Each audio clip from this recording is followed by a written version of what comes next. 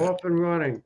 All Okay, right. everybody, we're up to podcast number 22 already, and got a real special guest today, Mark Dann, who's been around music for many years here, doing so many records, mastering, mixing, and Mark, thank you for doing this.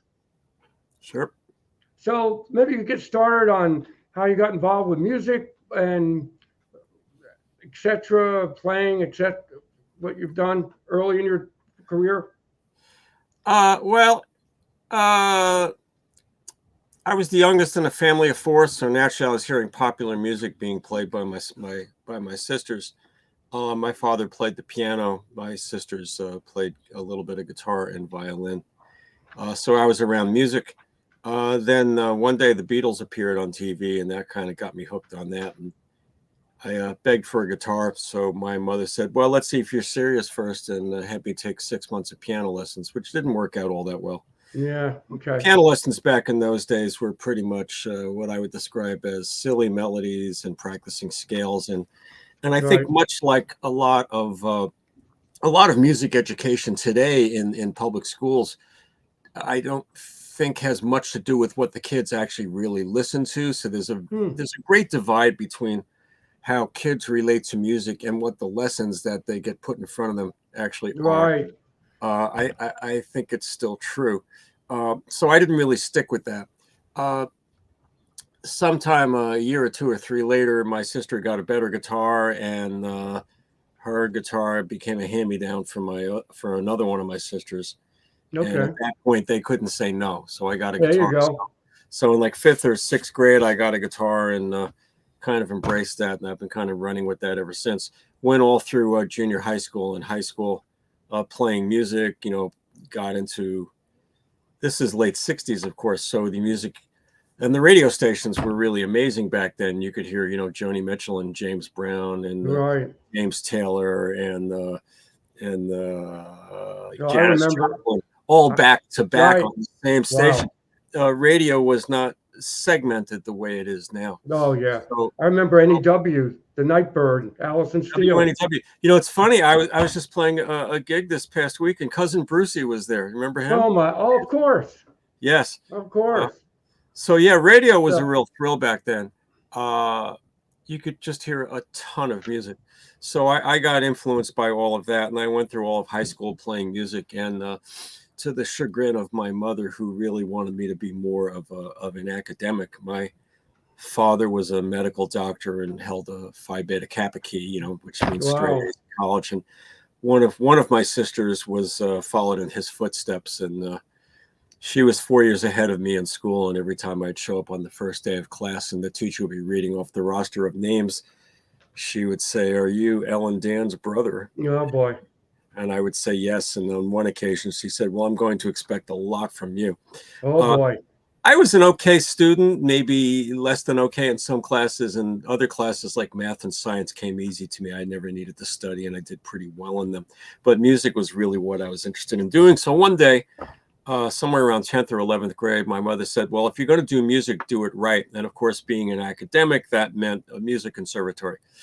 So, and I was playing bass mostly at the time. So we rented a double bass Oh, okay. from Sam Ash, Right. and and she got me a teacher from Juilliard who showed up with a bow, and I thought, How oh, about great, that? a Man, bow. now you're And really in trouble. I started practicing a zillion hours a day, and I Wow. managed to get accepted to all the major music conservatories. Wow. Uh, and I became Fantastic. I actually got into Juilliard, but chose to go to Manhattan School of Music because Juilliard was a strictly classical school. Possibly still is, I don't know, but at Hmm. the time it was, you were expected to be a soloist and practice 9 hours a day, and I didn't Wow. want that. I didn't want that life. Whereas Manhattan School of Music, Ron Carter had gone there, and Oh, yeah. people like that.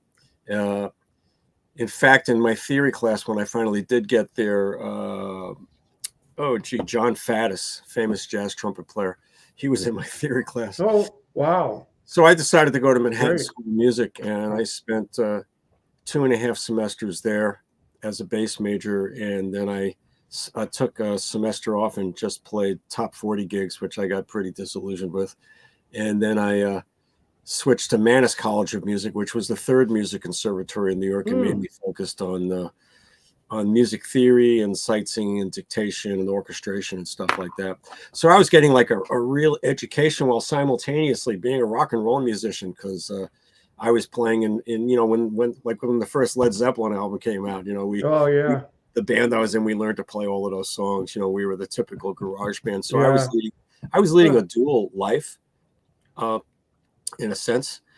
And then around the time I was 21 or 22, I was hanging around in the Village a lot, teaching bass to a guy who lived on the 5th floor of a walk-up. And so I was in his neighborhood every week, and I was hanging out in the club one day, and I took out my guitar and I was playing it with somebody, and someone else came up to me, and she ended up introducing me to a bunch of the local Village folky singer-songwriters. How about that? Which was kind of the embers of the Village scene of the 60s. Folk City was still there, and I think all the other Bitter End still around. Yeah, the Bitter End was there, but the Bitter End was kind of hard to. That was kind of closed off scene. That was. Oh, okay. Yeah. But anyway, I started meeting all of these people and playing with them, and of course, these gigs paid next to nothing. A 5-day gig at Folk City paid $60 for the whole 5 days. Wow. No working musician in their right mind could afford to work there, but I was still living at home. I lived in a 4-story Victorian house in Brooklyn with my parents, and I had the whole top floor to myself. I actually had more freedom and isolation than any of my friends who had moved out of their parents' abode into an apartment. I could play drums there. Wow. I could play how about that? I could play my guitar at full volume at 3 o'clock in the morning and nobody could hear me. So I was able to play in the Village scene, and I was a pretty good musician. Of course, I had a pretty good ear. I could pretty much figure out what any of these guys were doing and play bass along with them, and they were happy, because I like to say that nobody knows what the bass player plays. They only know if the bass player stops. Well, bass players always are in demand, I feel. Good bass players. If you want to work, if you want to play gigs, you should play the bass. I've been teaching at songwriting camps for the past 20 years.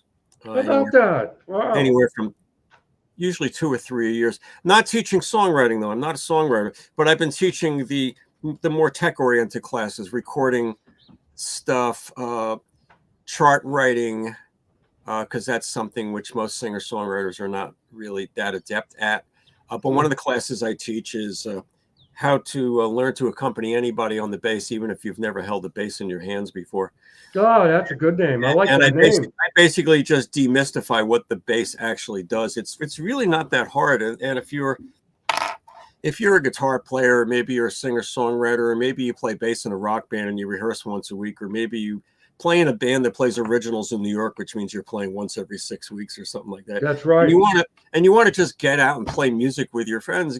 Go buy a Squire bass for $250 at Guitar Center or something. Yeah, that's true. You're right. And learn the mechanics of how it works, and then realize that you could be playing on all your friends' gigs rather than just sitting there in the audience with a 2-drink minimum. So anyway, getting back to your story. Sure. My story. I just started playing in the Village. The gigs back then were all 5 or 6 nights long. Folk City was Wednesday through Sunday. Kenny's Castaways, which opened in April of '77, was Tuesday through Sunday. The Other End Cafe, which was next door to the Bitter End, right, which originally opened because the Bitter End originally could not get a liquor license. So they opened up the Other End Cafe. That's the story that I remember anyway. That was Wednesday through Monday. Wow. I had one of these gigs and then there was Broadway Charlie's on Broadway. This and other oddball things, but I had one of these week-long gigs pretty much every week, and I often filled in the 1 or 2 days in between. So it was typical that I would play 25 nights a month. Sometimes I would play with both acts, because there was always an opener and a headliner. And sometimes I would play with the opener in one place and the headliner in another. So I would have to run back and forth between the clubs. Like at the Other End Cafe, for example, I could play there for 6 nights in a row while simultaneously playing with the headliner at Kenny's Castaways. And they were, I don't know, a few hundred feet apart. There was on the next block. And while the audience was still clapping at the other end, I held my bass neck with my left hand and the end of the guitar cable with my right hand. And I ran through the street on my stage God. of Kenny's Castaways, where the band would be waiting for me. And I would plug in and they would count off the song. And I'd be doing this night after night after night. And there were even a few occasions where the clubs were far enough apart, like Broadway Charlie's, where I had to bring a bicycle to town. I would bring 2 bass amps and place one in each location in the day or two before, and then on the last day I'd bring the bicycle and I'd bike back and forth. So you could say I played a lot of gigs. What kind of, were these original music acts? Yes, all original music. Wow. What kind of what artists were you really liked during that phase? Well, there were a ton of them. I started playing Folk City. I started playing that scene the first week of 1977. I had met Rod McDonald through a friend. The week before, he came to my house in Brooklyn. He showed me all the songs of the set. I showed up, met everybody on stage, and we just played 5 nights in a row. And I'm still playing with Rod. It's now been 47 years and some number of months. That's we just fantastic. did we just did a 3-week tour in Europe. Oh, lucky you. That's great. We've done, I'm going to guess, about 35 or 40 European tours and countless gigs. He's coming up here in another week or two, and he's down in Florida now. But he used to live right on McDougal Street. And we'll be playing a whole bunch of gigs in the just general Northeast area. Wow. He comes up 2-3 times a year. Like I said, we've been playing for over 47 years. I hope that we can hit 50 because I really want the gold watch. I don't blame you. Hey, yeah. That's so he's one of them. And Rod, Rod was like, a headliner in the Village, which means, dozens of people heard him. No, just kidding. And people like Rod would be in regular rotation at Folk City and Kenny's Castaways. And of course there were other places around town too, but these were the home base gigs that were a week long each. And every 6 to 10 weeks we'd have another date. There were many other people too. Back in those days, I'm trying to think. There was George Gerdes, a guy named John McIndoe, Jack Hardy, of course, although I didn't play in Jack's band until 82. I didn't know anything about the folk music scene till I met my wife in 86. So we went to a lot of folk shows. John Gorka, we liked Bill Massengale. He was regular rotation right from 77 on. And I love this guy here, Richard Schindel. Fantastic. Yes. He came later. But yes, Richard. I've recorded and/or mixed 2 or 3 of his albums. He's amazing. Yeah, Richard's great. Of course. He's really just.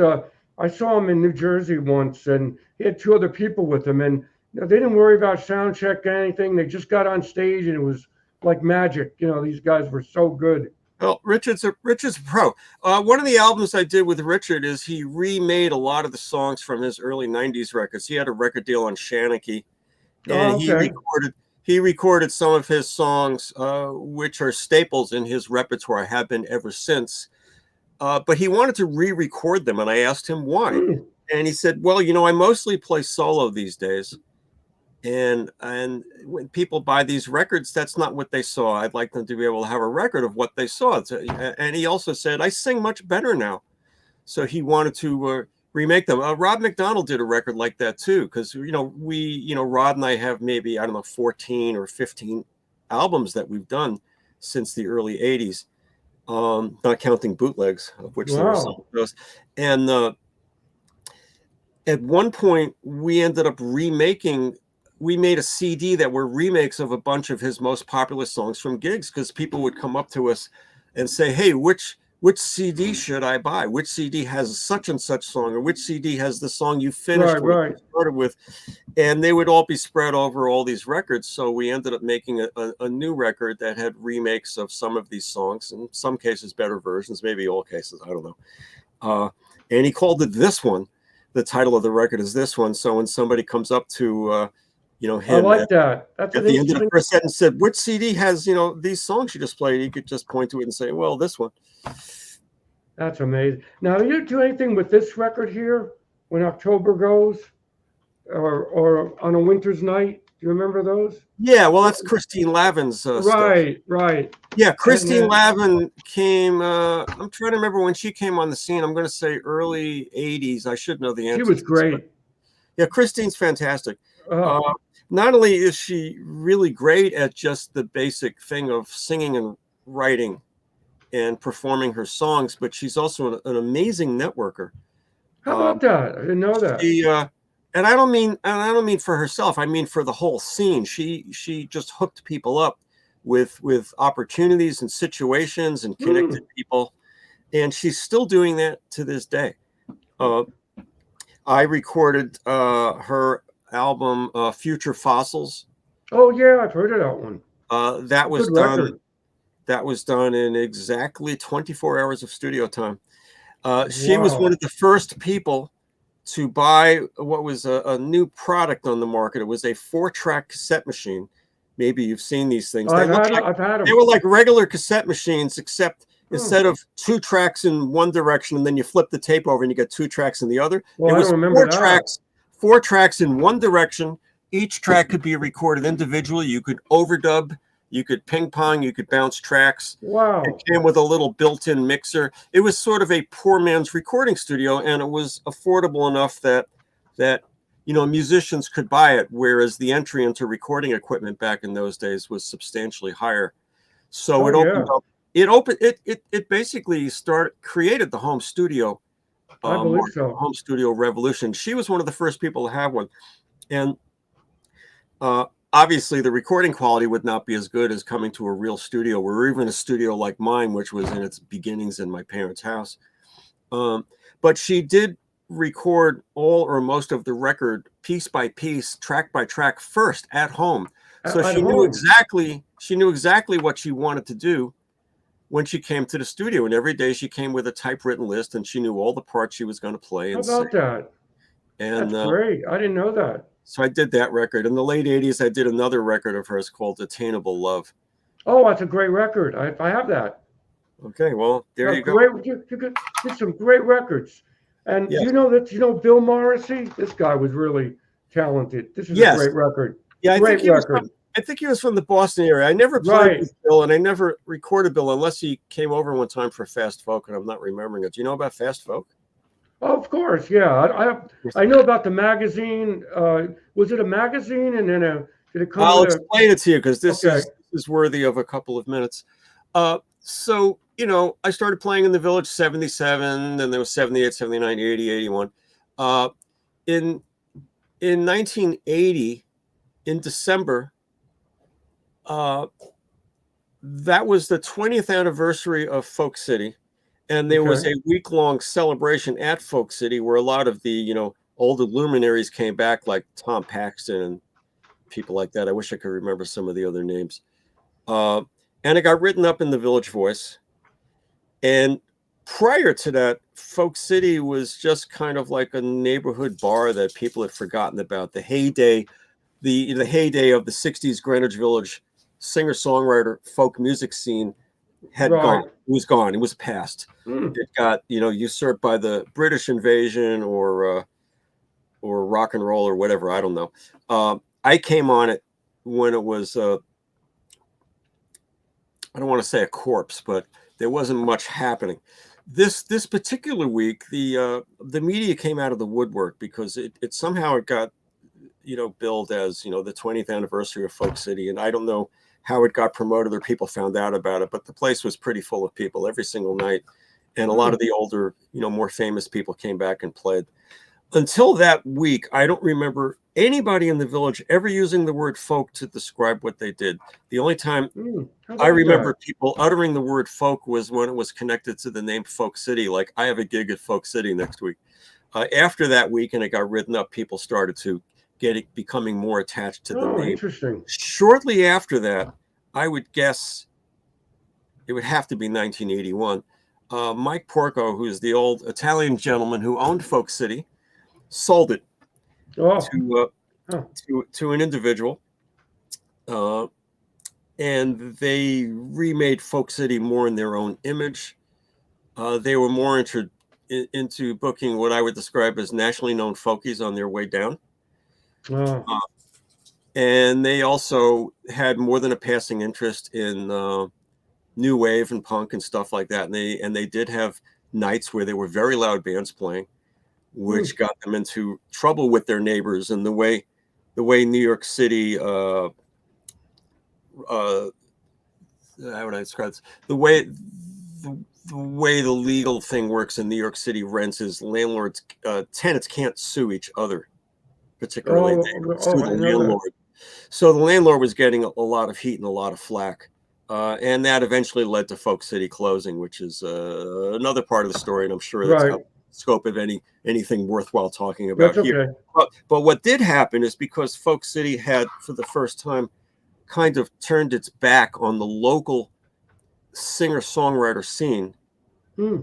uh, there was a necessity to do something about it. And Angela Page, who was Jack Hardy's wife, uh, and another songwriter named Vinnie Vach, and there may even have been a third person involved, went around the corner to the Speakeasy, which was run by an old Israeli guy named Joseph Zabeda. He had a room in the back that was basically being unused, and Oh, convinced him to okay. allow them to start a folk club there. Are you aware of the Speakeasy? Oh, yeah, of course. Yeah, yeah, I've heard of of course. that. Of Okay. course. And the bottom So, line, folkies, yeah, I've heard of those guys. the bottom line. Well, the I know bottom that line is, place. yeah, that was not an easy place to get a gig at, of course, No, really? because you were competing with national touring Oh, acts. of course. So go ahead with the story. You're talking. Okay. So anyway, they managed to convince this guy Joseph Zabeda to allow them to put a folk club in the back of his falafel restaurant. So in the front, they had the big shawarma, burning meat on the stick there, Yeah, and that's some funny. tables. And in the back, there was a room with a very small bar and seating for maybe about 60 or 70 or maybe even 80 people. The whole back wall where the stage was all fish tanks with loud pumps. We eventually got rid of those. Oh my And gosh. when I say we, it was run as a cooperative. It was all volunteer staff. Oh It was wow. run as a folk club 7 days a week.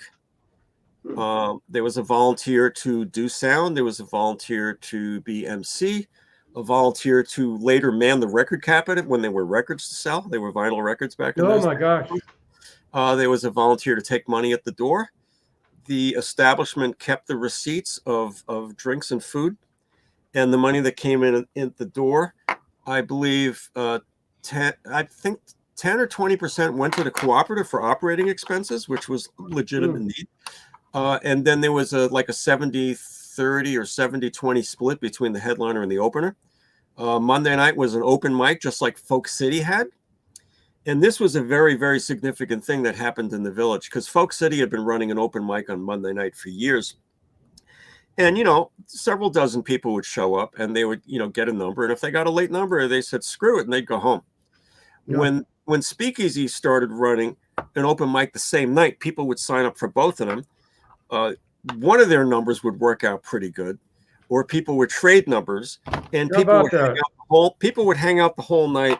And the path between the two clubs, all night long, you could see people walking back and forth with guitars. That's funny. And it Hmm. reached a kind of critical mass where all of a sudden both places were pretty full of people most nights, and most of them were the performers.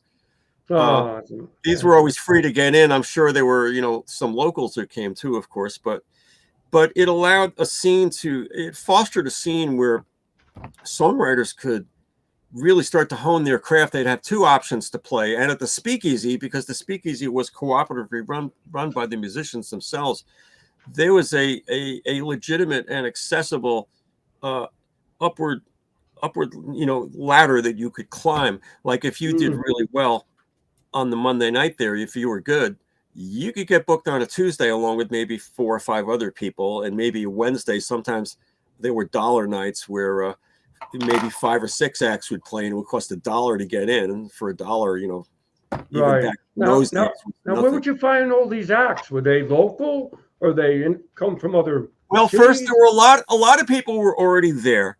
There was, Rod McDonald, Jack Hardy, Eric Franzen, David Massengill, George Gerdes, all the people who had been getting headline slots for years. Frank Christian. I know I'm leaving people out. And my apologies if any of them watch this. All right. And then there was like another tier of people who sprang up out of this, Lucy Kaplansky, Eileen Weiss, Suzanne Vega. Let's not forget her. Yeah, she was great. Suzanne came.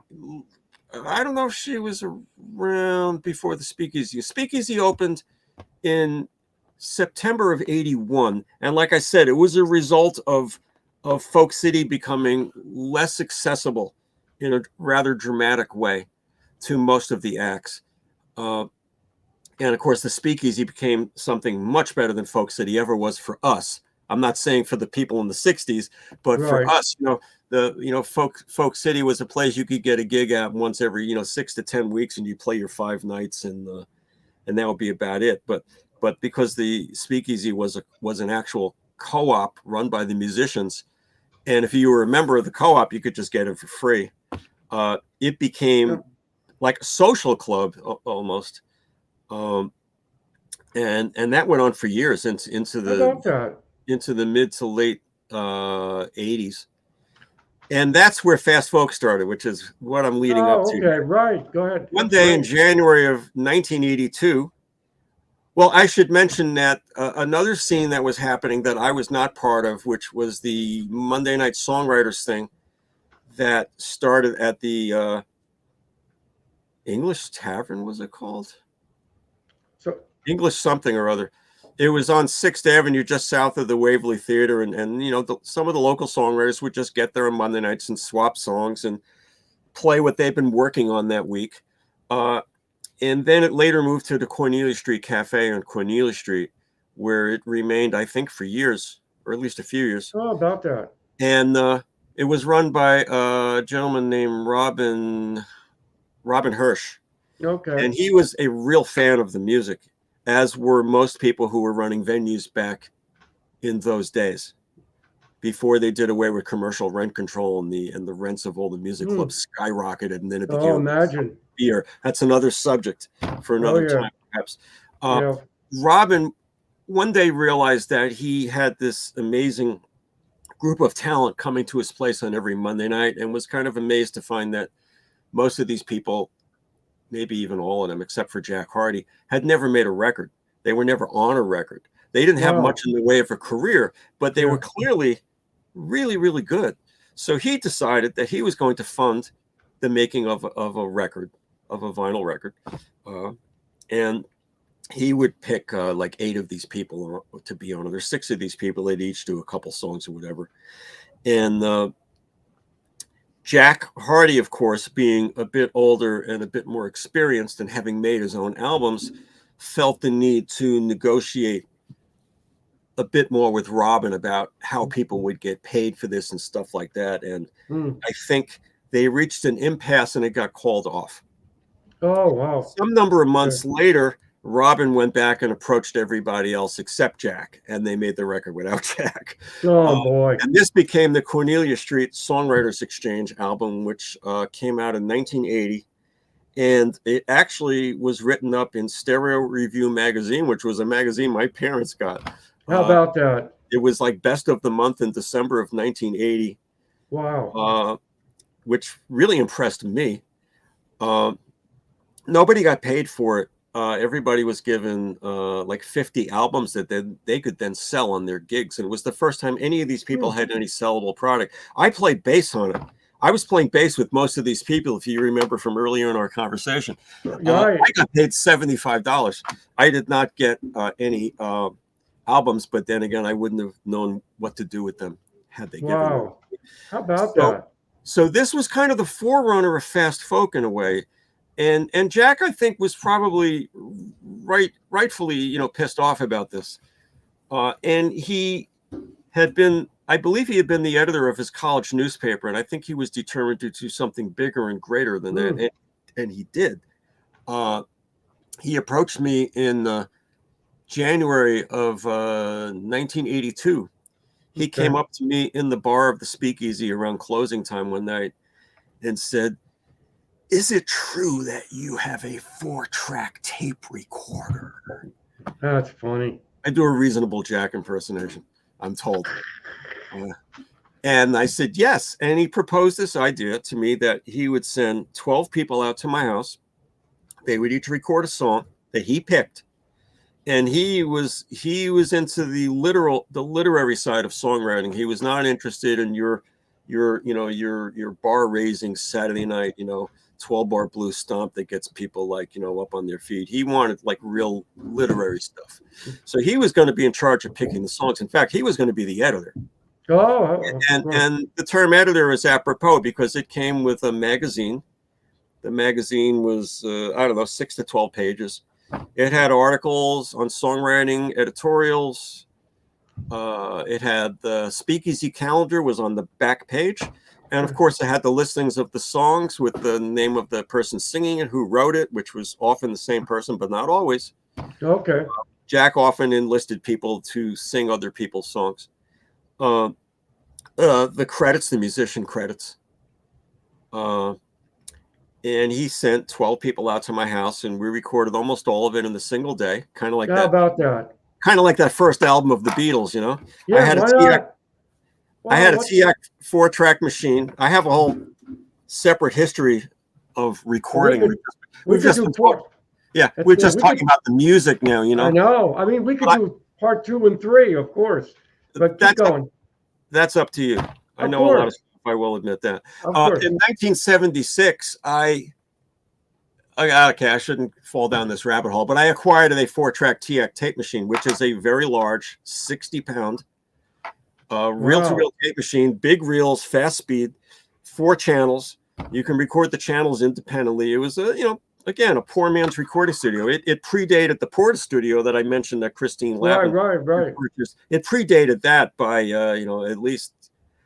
Well, the product itself predated that by well over 10 years. But in 1976, I think we were probably only 4 or 5 years away from the cassette version of that. And the cassette version, of course, was dramatically inferior because, cassettes. Yeah, of course. So, yes, I did have this tape machine. I did have experience using it. I had reel-to-reel tape machines since I was a child because my father was a medical doctor.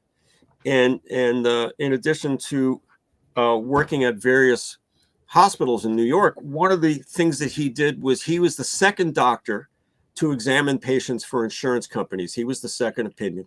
Oh, okay. And this required a lot of paperwork. It required stuff to be typed up, reports to be typed up. So he used reel-to-reel tape recorders for this to basically dictate what he wanted his secretary to write because dictation machines hadn't been invented yet. Oh, okay. Wow. And I got the hand-me-downs. So when I was like 7 or 8, I had, little Wallensack and Revere reel-to-reel tape machines that I used to record TV shows. And I like to tell people I bootleg Beatle albums for myself before cassettes were invented. And that is true. And I still have dozens and dozens and dozens of reel-to-reel tape from my, elementary school and high school years. They're in boxes in my basement. One day I'll pull them out. So anyway, yes, I had a tape machine. So when Jack asked me if I had one of these machines, I had already owned this machine for, 6 years, 5 or 6 years. And I was pretty good at it. I had a pretty good knack for recording. Before I had that machine, I had a 2-track Sony reel-to-reel machine that you could ping pong tracks back and forth between the left and the right side so you could overdub with it. I got that when I was 15. It was a hand-me-down from a friend of mine. It needed a repair, and for $39 and change, I got it repaired. And I used that all through high school, recording myself and my friends. And so I had a lot of experience with tape machines. and I had a pretty good knack for it. So when he pitched this to me, I was like, yeah, sure, send these people out. I can do this. It's not Yeah. a problem. Why not? Right. This is normal for me. And we recorded almost everything in one day. And then the next day, a few people came back. And I don't remember everybody was on the record, but I believe it was pretty much everybody who was in the scene except Jack. Jack purposely kept himself off the first record for whatever reason he had. I'm sure we can probably guess at 2 or 3 of them, but he had a good reason. He was on the second one. But we had Suzanne Vega and, Rob McDonald and Frank Christian and Suzanne Vega and a bunch of these people, a bunch of the people who were basically the household name go-to book these people at Folk City. Right. They were all on there. I thought there was going to be just one of these.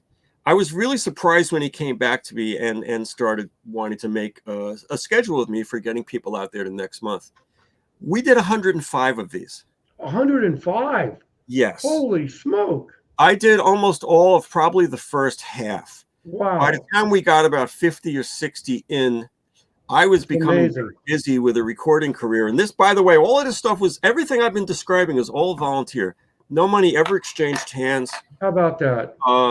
Love of music. The vinyl records were sold for $2. That was basically cost with the magazine. The magazines were stapled together at usually sometime before the Monday night meeting at the Speakeasy before the open mic started, or in Jack Hardy's apartment or somebody else's apartment. People did artwork for free. They wrote articles for free. That's amazing. I went to Canal Street to buy, the cheap plastic flanges for the 10.5-inch reels from my tape machine, so that we could buy tape without the metal reels, which was half the price. We would just get basically the spools of the tape. Put it together. Everybody can only do one take. That's it? If they wanted to do a second take, we had to go over the take that they had, because this was beyond the shoestring operation. There was no money. Jack fronted the money to press the records, and then the records sold for $2 a piece. We usually did pressings of a few hundred, possibly as many as 1,000. I don't know. I think there were 1,000. I actually, now that I think about it, I can't conceive of how or why they would make 1,000 of these things. How would they get rid of them? But there were certainly several hundred of them, and we did it every single month, year in and year out. That's amazing. And this, of course, led to my career as a recording engineer, because I started recording albums for these people because I was the guy they knew who could do this. Right. That's how I ended up doing Christine Lavin's album, for example. So this started we recorded the first one in January of '82. The record came out in February of '82. February '82 is the first one. That July, I realized I needed something better than my 4-track machine, and I went and I bought an 8-track machine. Oh, okay. TX first 8-track machine, 1/2-inch tape, built-in DBX unit. Quite a good machine, really. It sounds like it. And I bought it from a guy who sold it to me because he was buying a 16-track machine, and he was basically selling me his old machine. And I joked to him, I said, well, when you're ready to sell the 16-track, I'll come by and buy that. And 3 years later, I did exactly that. I bought a 16-track. That's the same person. Wow. Same person. That's great. So I guess that would have been 89. I think it was 85 or 86 when I got the 8-track. So you got the reputation of being a good engineer, so everybody started. I was the only person on the scene doing this. I was the only person on the scene playing bass. And I suppose I should just quickly mention that I started tinkering on guitars when I was like 12 or 13. I started taking guitar repair courses. One day was sitting at I walked in Sam Ash in Brooklyn, near where I lived.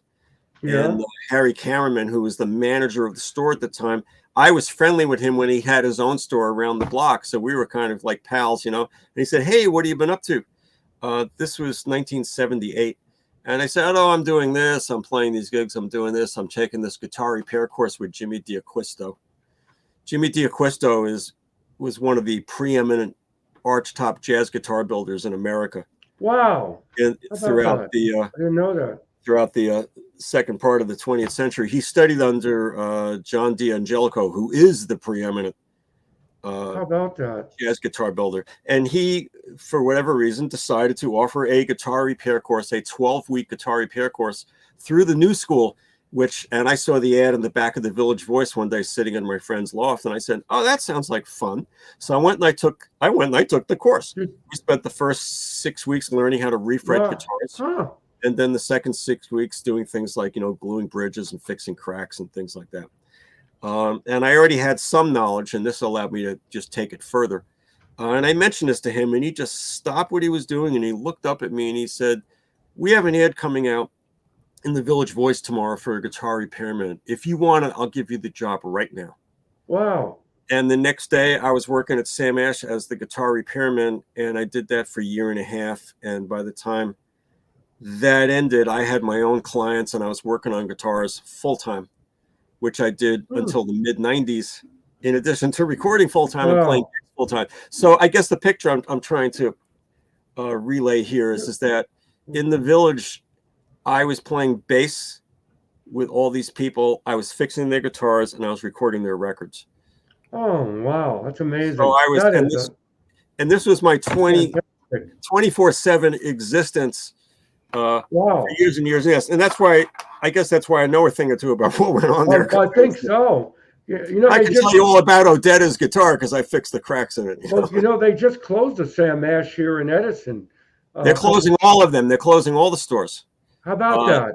Well, That's too bad. it's another case of the online internet market, Right. killing the brick and mortar stores. They had a seriously good long run. I worked at the store in Brooklyn on Kings Highway and Coney Island Avenue, which had been there for decades. That's where I bought all my guitar. Well, not all my guitar, but I bought a lot of mine. How about that? Yeah, because they just closed last week was the last day in Edison. I feel so bad because I went there for years buying drum equipment and all types of pedals and things. It's kind of like a sad day, but well, the online. world's changing in regard to all kinds of stuff. Right, Amazon, right. musician's friend. It's very easy to whatever. Right. Well, we should do a part two of this because there's so much to go over. I mean, we still haven't gone over a lot of the recording and the 1990s, the 2000s. You want to mention anything about any of that? I don't know. There's so much. I mean, it's really up to you. I mean, I can talk about this stuff all night. I know. We want to appreciate. I mean, you did a fantastic job on putting up the lingo. Great mastering on that. I got to tell you, that was a great work there for us. Just got to mention that. Yeah, we met this woman, Abby. She calls herself Abby from Mars, and she is really fantastic. She does tap dancing with her act, which is really pretty interesting. Tap dances, and she's got a computer, and it's a whole performance. So the song really did a great job with it. So. To be honest with you, I don't remember it. Okay. I work on so many things. I had a studio in New York until 2 years ago. Okay. I don't want to say the pandemic killed it because that's not really true. What killed it is the building was condemned. They took down next door and started pile driving into the bedrock and damaged my building. And my building has since been taken down. But when I was going back and forth to New York, I used to tell people that at any given moment I'm working on 40 to 50 projects, and they look at me like, well, you're exaggerating. And it's like, no, I'm not. Are you still working on so many projects? No, I'm not. No, I'm not. And when I say 40 to 50, I'm also counting the people who haven't come in a couple of months. They're working really slow or they're taking time off, but it's an active project. Okay. At any given moment now, I'm probably working on a dozen to a dozen and a half things. And that sounds like a lot, but I'm a native New Yorker. I know. I'm a native New Yorker. I work very well under stress and timelines, and it doesn't faze me. So what do you think of the nature of music these days as far as, and you hear probably a lot of new music. What do you think? I know that's a whole podcast right there. I know. I'll tell you one thing right now, and I'm sure you're old enough to relate to this, because I saw this bumper sticker one day that said, "It's not because I'm old, your music really does suck."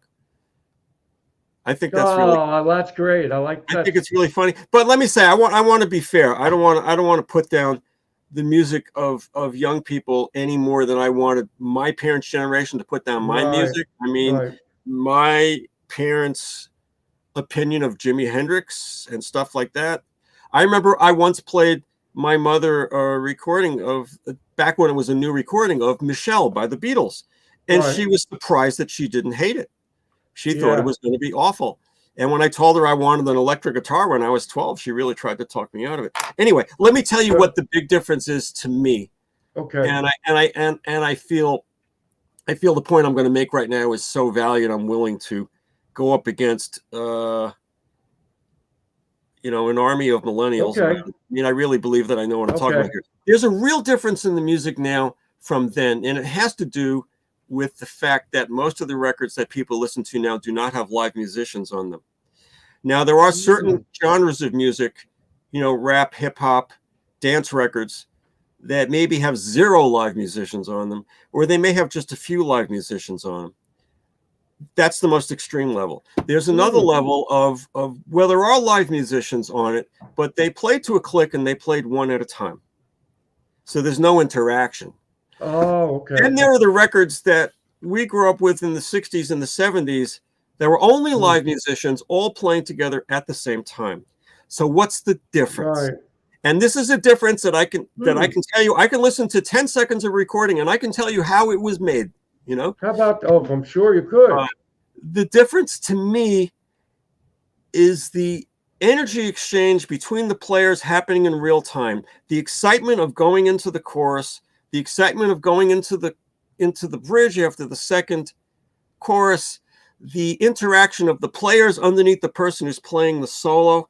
There's a give and take that still exists today in live performance, at least with good players. Right. That's completely and utterly lacking on most records that you hear on the radio today. One of the only places you'll actually still hear that is modern country records out of Nashville, because those records are still made that way. How Most of about them. that? Okay. Most of them are made that way, where you've got great players in a room, in a great studio with great gear and a great engineer, figuring out how to make magic happen while the tape is running. Right, Um, right. if you take those same people and you record them one at a time with a click track, and then adjust all the timing and stuff like that, you can end up with a pretty good recording. But if you really tune into it, you can tell they didn't play together, Hmm. because you don't feel it's music. A The live energy. band is like a bit of a conversation. The drummer just Right. hits snare a certain way, and the guitar player goes, "Yeah," and now, of course, with AI is going to have no trouble Oh, yeah. duplicating the pop records of today, because and I don't even mean because they're formula based. And a lot of good music is formula based. I'm not putting it down because it's formula Right. based, but the whole concept of, this is the part you play in the verse, this is the part you play in the chorus, you do not vary it. It's all like a bunch of Legos snapping onto Right. a Lego base. Yeah. And to be fair, some of those recordings do sound really good. I did grow up listening to Seal records. They were made like Right. that. They still sound pretty good, although they do have some live drummers and live bass players and guitar players on them. But a lot of the stuff, you don't really feel the energy exchange between the players. And when Hmm. AI starts turning out this stuff in mass, Oh, I'm sure. the Scary. and if I say kids today, I feel like I'm sounding like my parents' generation. I really Right. don't go there. But I think that the younger people who've grown up listening to that music will not be able to recognize that it's AI generated, Oh, right. because AI will have no trouble whatsoever duplicating that. AI will have an awful lot of trouble duplicating, well, whatever. Well, I'll give you another example, like Prince. Prince is obviously, a genius musician. I don't like his records. They don't okay. really do anything for me. I mean, some of them are good, but when I've seen his band play live on like Leno or whatever with Oh, his yeah. touring band, it's like, holy He was shit, amazing. that Yeah. is He was great. amazing. It's like He was James Brown amazing. to the next Right. level, or That's like right. Sly, watching Sly. You're, There's you're there's a right. There's a video on YouTube of Sly's band playing on Soul Train doing "Thank You for Letting Me Be Myself Again." I don't know if you've seen it. Wow. It's magical. How about He that? just gets up there and he's got a guitar and he's like Oh, this, yeah. and puts up his hand like this, and everybody just like stops and he just plays this riff, and then they come in. There's no way in the world you're ever doing that with a laptop. No, You know? no, you're right. So to answer the question you asked me, that's my answer. What kind of music do you like? I like music that has humans playing in it, preferably good players, preferably good music. If it's got a good message, good lyrics, maybe it's a piece of literature, maybe it's socially conscious. All of that stuff helps make it happen. The stuff that's not so interesting to me is something that sounds like somebody made it in a laptop in their bedroom. And you can make great records like that, and those records will find an audience that's very comfortable with that if they grew up with it. But it kind of leaves me cold, and I know I sound, old and or old-fashioned. I am too. Well, you're right. But it's because it's a fundamentally different product. It's true. It's the difference between whole grain homemade food and fast food. That's a great analogy. A lot of popular music to me is like fast food because it's created in the same kind of factory environment. Right. I never thought of it that. You're right. Now this is just me and my opinion, and I know there'll be people who will be annoyed with me for this. What are you going to do? We're all got opinions, but I think sometimes mistakes are good too. They lead you in a different direction. If you're doing a record, if it's a mistake that at least is in tune or it's taking you just somewhere. Now with a computer, right, you can get every note. You can get it perfect. And this is an argument I have with my studio clients a lot, because I believe at the end of the day, the listener either likes what you do or they don't. And if you make it 5% better, it's not going to win. You're not going to win or lose any people. If you listen to the Beatles song, Please Please Me, it's got 3 verses. The third verse is the same as the first verse, except there's 2 lines in each verse, except in the second line of the third verse, Lennon and McCartney are completely confused about which verse they're singing, and they sing different lyrics for the first bunch of syllables.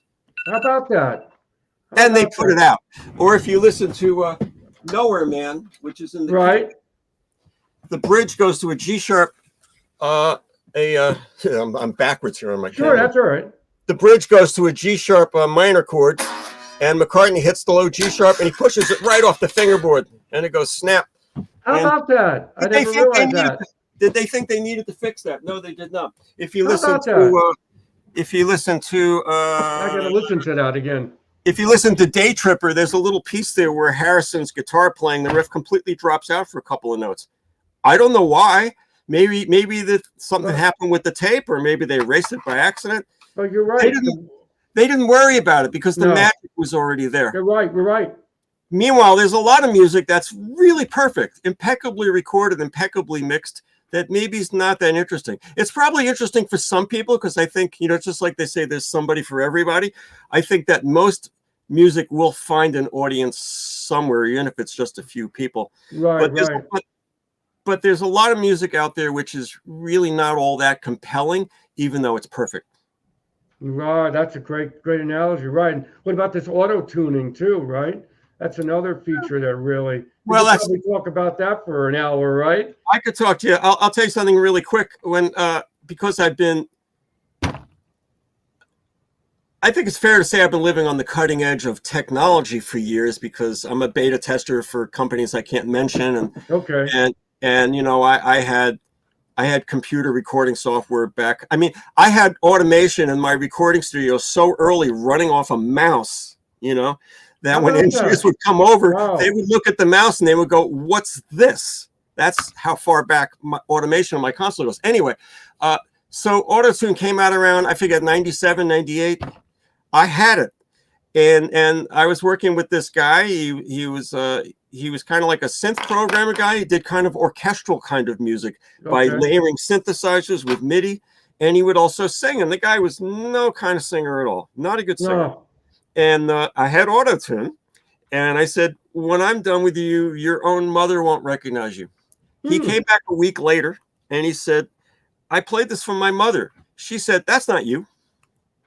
How about that? There you go. So yes, there's the ability to tune stuff beyond what people are actually capable of doing. Right. And because I went to a music conservatory and played a bowed instrument, Right. I like to think I have a better, from an engineer's perspective, I think I have a better than average understanding of pitch and intonation and how notes move into each other and how humans scoop into notes and things like that. You can hear auto-tune on the radio where it's been auto-tuned by people who are not really musicians. They know the technology, but they don't necessarily know what it should really sound like. My basic concept is I just try and make people sound like they're having a really good day. They've had enough what's sleep. nice. They've had enough sleep. They've been singing a lot. Maybe they've been doing gigs. Their voice isn't shot. They're warmed up. If they undershoot a note, I'll nudge it a little bit, but I won't flatline it, you know? Right, because right. That's the sign of an amateur. Yeah. And I beta test for one company that makes the tuning software that I use, and at that company, because they make hundreds of plugins, hopefully I'm not giving them away, they recognize me as being the beta tester authority on this tuning software, because I'm the one who keeps asking questions and making complaints about, like, did you know that this is broken now? And they're like, no, we didn't. You know? Oh boy. So I tune vocals all the time, and I do my best to do it in a way that I can't even tell I did it when I listen back the next day. How about that? So I think we're running out of time here, but I would love to do a part 2. If I'm going to take a little break from the podcast until the summer. I know you're pretty busy, but I would like to hear more about your mastering, how you do that, about your equipment. So maybe we could do a part 2 here, Mark. What do you think? Absolutely. And where can we find your currently playing? Is there a website that people can go to? I am not on social media. Okay. And that's a whole discussion right there. I don't have talk about that next time. I don't have time for that stuff. Okay. I do have a website. It's markdan.com. I pretty much never update it. It's pretty much out of date, but it's really just so people can go there and I've got artists I've worked with there. I've got some samples, but the truth of the matter is that if I had more work than I have now, it would be really unhealthy. So I'm not really trying to find more work. It just finds me. I know that sounds like I'm boasting. I'm not. That's okay. You're great. You're great at what you do. I'm world weary from this. I do have a website, and my email contact information is there. Although you have to. I'll just put it up through a contact form. But I'm not on social media because I just don't really have the time. And if I had 2 brains, I'd be on social media. But I'm not willing to give up the one I have. Okay. I'm not on much either. I mean, I just started this a couple months ago and thought this would be a good way to meet people and talk about their history, how they got started in music. And it's been quite an adventure for me. And to meet people like you, it's been worth it. Tell you, you've done some great work. So, Mark, it was a pleasure. And let's do part 2 when I'm back on. All right. Thank you. Take care. Nice talking to you. See you, Mark. Bye-bye. Bye. Bye-bye.